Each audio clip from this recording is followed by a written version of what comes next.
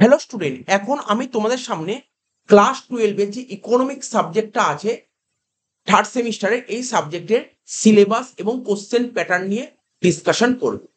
তো বলে দেওয়া ভালো প্রথমেই, তোমাদের এই থার্ড সেমিস্টারে ক্লাস 12 এর থার্ড সেমিস্টারে যে ইকোনমিক্স সাবজেক্টের পরীক্ষাটা হবে, তোমাকে বাইরের স্কুলে গিয়ে পরীক্ষা দিতে হবে। যে টোটাল 40 নম্বরের পরীক্ষাটা বাইরের স্কুলে গিয়ে দিতে হবে এবং পুরো পেপারটাই এমসিকিউ বেস। এবং এই থার্ড সেমিস্টারে ইকোনমিক্সে তোমাদের 6খানা ইউনিট আছে, ঠিক আছে। 6খানা ইউনিটের মধ্যে প্রথম 3টে ইউনিট তোমাকে ম্যাক্রো ইকোনমিক্স পড়তে হবে এবং তারপরের 3টে ইউনিট 4, 5, 6 পড়তে হবে ইন্ডিয়ান ইকোনমিক্স, ঠিক আছে। তো চলো, প্রথম 3টে ইউনিট পড়তে হবে কি তোমাকে ম্যাক্রো ইকোনমিক্স, মানে ইউনিট 1টা ম্যাক্রো ইকোনমিক্স থাকবে, ইউনিট 2টা ম্যাক্রো ইকোনমিক্স থাকবে, ইউনিট 3টাও ম্যাক্রো ইকোনমিক্স। আর ইউনিট 4, ইউনিট 5, ইউনিট 6 হচ্ছে ইন্ডিয়ান ইকোনমিক্স, ঠিক আছে। ইউনিট 4 ইন্ডিয়ান ইকোনমিক্স এর উপর থাকবে, ঠিক আছে। ইউনিট 5 ইন্ডিয়ান ইকোনমিক্স এর উপর থাকবে, আর ইউনিট 6 ওটাও ইন্ডিয়ান ইকোনমিক্স এর উপর থাকবে, ঠিক আছে। এবার দেখা যাক কোন কোন চ্যাপ্টার থেকে কত কত নাম্বার আসতে পারে। ইউনিট 1, ঠিক আছে, ম্যাক্রো ইকোনমিক্স এর যে চ্যাপ্টার, এবং এই চ্যাপ্টারটার নাম হচ্ছে তোমার ন্যাশনাল ইনকাম অ্যাকাউন্টিং। এই যে ইউনিট 1-এ আছে, তোমাকে পড়তে হবে ন্যাশনাল ইনকাম অ্যাকাউন্টিং। এখান থেকে তোমার এক্সামে 8 নাম্বার আসবে। কত নাম্বার আসবে? 8 মার্কস, 8খানা এমসিকিউ আসবে, ঠিক আছে। এবার চলে আসো ইউনিট 2। ইউনিট 2 হচ্ছে সিম্পল কেনসিয়ান সিস্টেম, ঠিক আছে। ইউনিট 2 হচ্ছে কি সিম্পল কেনসিয়ান সিস্টেম। এখান থেকেও তোমার এক্সামে 8 মার্কস হবে, অর্থাৎ 8টা এমসিকিউ আসবে। ইউনিট 3, ইউনিট 3 নাম হচ্ছে balance of payment and exchange rate, ঠিক আছে। এখান থেকে এক্সামে তোমার 4 মার্কস আসবে। নেক্সট, এবার আমরা চলে আসি ইউনিট 4। এটা কিন্তু ইন্ডিয়ান ইকোনমিক্স। চ্যাপ্টারটার নাম হচ্ছে ইন্ডিয়ান ইকোনমিক ডেভেলপমেন্ট। কি বললাম? ইন্ডিয়ান ইকোনমিক ডেভেলপমেন্টের মধ্যে brief reference to colonial past, ঠিক আছে। এখান থেকে এক্সামে তোমার 4 মার্কস 4 নাম্বার আসবে, ঠিক আছে। নেক্সট, ইন্ডিয়ান ইকোনমিক ডেভেলপমেন্টের নেক্সট চ্যাপ্টার যেটা বলছে সেক্টরাল অ্যান্ড অকুপেশনাল ডিস্ট্রিবিউশন, ঠিক আছে। সেক্টরাল অ্যান্ড অকুপেশনাল, এখান থেকে এক্সামে তোমার 8 মার্কস আসবে। এবং লাস্ট ইউনিট হচ্ছে তোমাদের এগ্রিকালচার। এখান থেকে তোমার এক্সামে 8 মার্কস আসবে। এগুলো সব ইন্ডিয়ান ইকোনমিক্স এর মধ্যে পড়ছে। তো দেখা যাক ন্যাশনাল ইনকাম অ্যাকাউন্টিং এর মধ্যে কি কি কনসেপ্ট তোমাকে পড়তে হবে। স্টক অ্যান্ড ফ্লো, ঠিক আছে। Transfer payment, concept of closed economy, open economy. তারপর পড়বে কনসেপ্ট অফ তোমার GDP, GNP, NDP, NNP, NI. Concept of factor cost, ঠিক আছে। Market price, concept on intermediate and final goods, real income versus nominal income, এগুলো পড়বে। Next আছে implementation of factor cost, market price, concept of GDP, GNP, NDP, NNP, NI. আর simple numerical problem, কিছু অঙ্ক তোমাকে দেখে রাখতে হবে ন্যাশনাল ইনকামেরও। এবার ন্যাশনাল ইনকাম অ্যাকাউন্ট এখনো শেষ হয়নি, এরপরে আরো পার্ট আছে।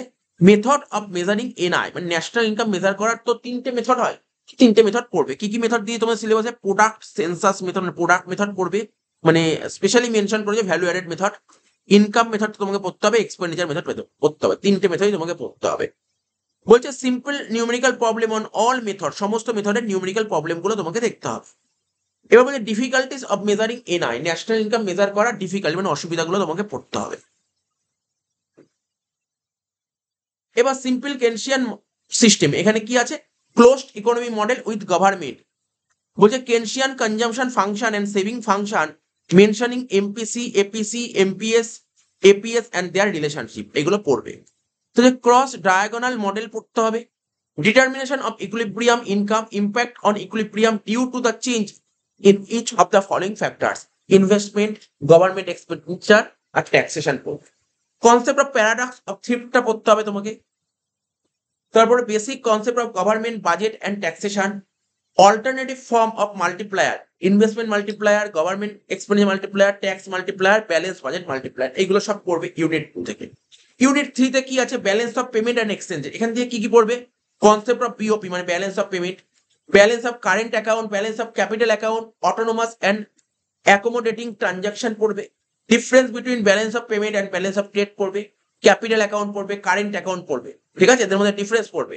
Autonomous accommodating transaction. এবার পড়বে causes and solution of balance of payment ডিসইকুইলিব্রিয়াম।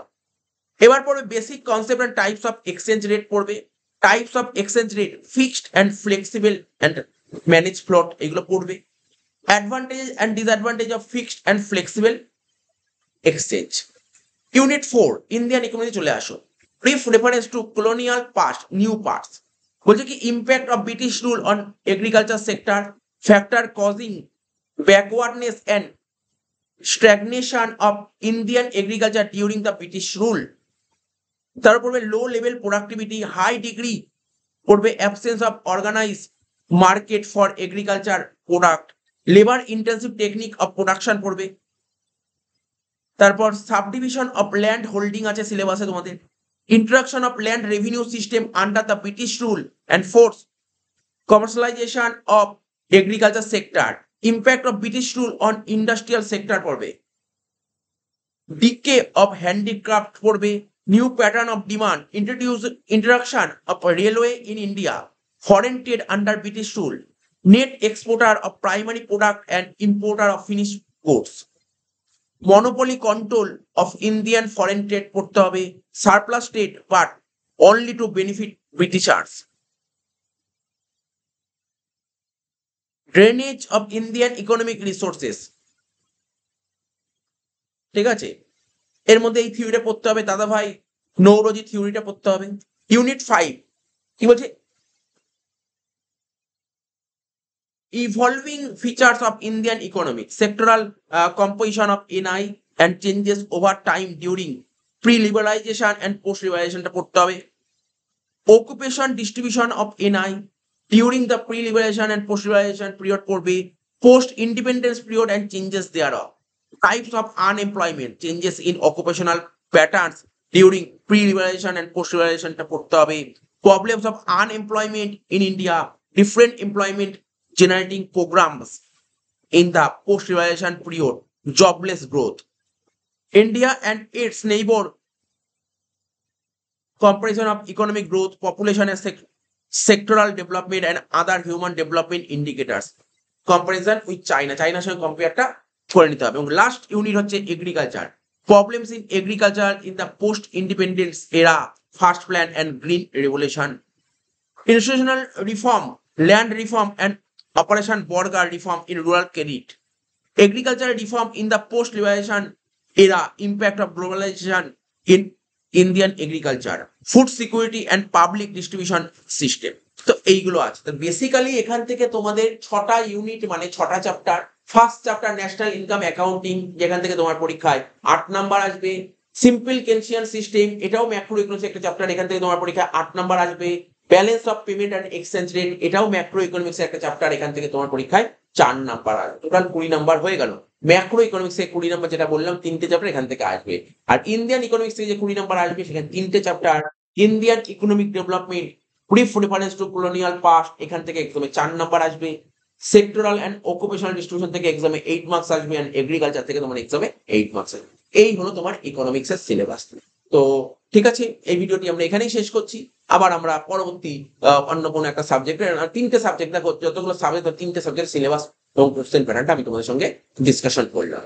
তো আমরা তোমরা দেখতেই পাচ্ছ ইকোনমিক্স এর অলরেডি আমাদের দুটোর মতন ক্লাস, ইকোনমিক্স এর 2টো ক্লাস হয়ে গেছে। ন্যাশনাল ইনকাম অ্যাকাউন্টিং ধরেছি এবং তার উপর একটা এমসিকিউরও ক্লাস করেছি। প্রতি উইকে একটা করে ইকোনমিক্স এর ক্লাস আপলোড হয়ে যাচ্ছে, তোমরা দেখতে পারবে। তো ঠিক আছে, আর যারা কারোর যদি জয়েন হওয়ার ইচ্ছা থাকে ইকোনমিক্স এর, তো আমরা ফুল সেমিস্টার ইকোনমিক্স এর ফিস ধার্য করেছি 500 ফুল সেমিস্টার। তো কারো যদি ইন্টারেস্ট থাকে তো তোমরা অবশ্যই কন্ট্যাক্ট করতে পারো। ঠিক আছে, ওখানে তোমরা কিভাবে নোটস গুলো তোমরা পেয়ে যাবে এবং বিভিন্ন যে রাইটার মার্কেটে যত বই এভেলেবেল, সমস্ত বইয়ের এমসিকিউর কারেক্ট সলিউশন তোমরা পেয়ে যাবে। তো ঠিক আছে, এই ভিডিওটি এখানেই শেষ করছি। আমরা আবার পরবর্তী ভিডিওতে হাজির হব। টাটা, বাই বাই, ধন্যবাদ।